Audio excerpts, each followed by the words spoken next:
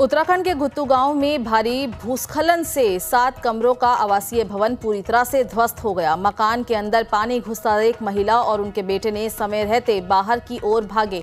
उनके बाहर आते ही एकाएक मलबा आया और पूरे भवन को ध्वस्त कर दिया। इससे मां बेटा बाल बाल बच गए। गुत्तू गांव के मलेथी तोक निवासी दुर्गा देवी पत्नी विशाल मणि बेटे के साथ घर में थी और उनके पति विशाल मणि किसी काम से गंगी गांव गए हुए थे। रात करीब 12 बजे से मूसलाधार बारिश हो रही थी।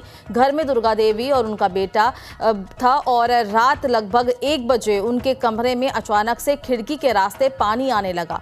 पानी की आवाज सुनकर दुर्गा देवी और उनका बेटा उठ गए और फौरन घर से बाहर की ओर भागने लगे। इसके चंद पल में ही उनकी आंखों के सामने ही उनका पूरा 7 कमरों का मकान भूस्खलन की चपेट में आकर बह गया। गनीमत रही कि वो समय रहते घर से बाहर आ गए थे। इसके बाद वो किसी तरह सुरक्षित स्थान पर पहुंचे। दुर्गा देवी ने मोबाइल फोन से रुड़की में रहने वाली अपनी बहन को फोन कर इस घटना की जानकारी दी और इस दौरान उनके पड़ोसी भी वहां आ गए।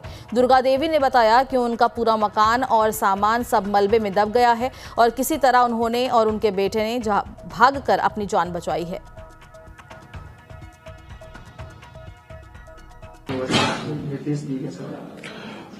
घनसाली विधानसभा क्षेत्र टिहरी गढ़वाल के गुत्तू गांव में गुत्तू क्षेत्र में बड़ी आपदा आई है और बादल फटने से काफी नुकसान हुआ है। मवेशियों का भी नुकसान हुआ है और भवनों का भी नुकसान हुआ है।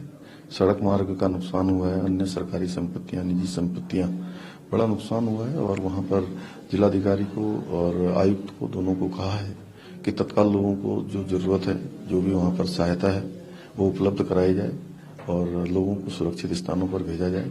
किसी भी प्रकार से जो आपदा से पीड़ित लोग हैं, आपदा से प्रभावित लोग हैं, उनको हर संभव सहायता